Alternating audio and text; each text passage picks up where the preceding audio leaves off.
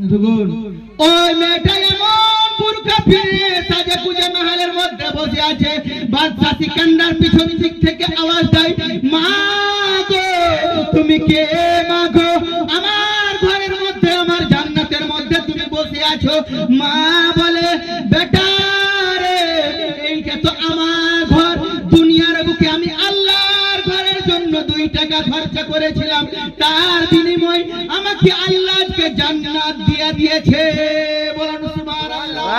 বাদশা সিকান্দার বলতে লাগলো, না না এটা কোনোদিন হতে পারে না, হতে পারে না।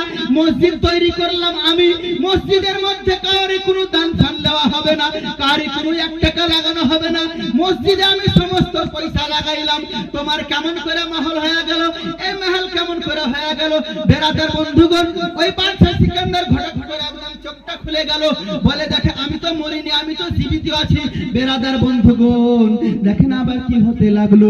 বাদশা সিকান্দার সমস্ত মিস্ত্রিগুলাকে কার কামিনাকে ডেকে বলে, না না কালকে জুমা হবে, জুম্মার নামাজ হবে। সমস্ত গ্রামবাসী আসলো, আসার পরে ডাক দেওয়ার পরে বলতে লাগলো, ভাইরা মিস্ত্রিরা বলো বলো এই মসজিদে কার পয়সা তোমরা লাগিয়েছো, কার দান নিয়েছো?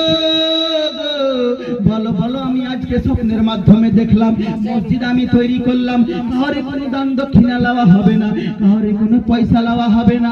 আজকে ওই মহলের মধ্যে এক মাকে আমি দেখলাম। বেরাদার বন্ধুগণ, ওই মহলের মধ্যে এক বুড়ি মা মারিয়াম বসে আছে।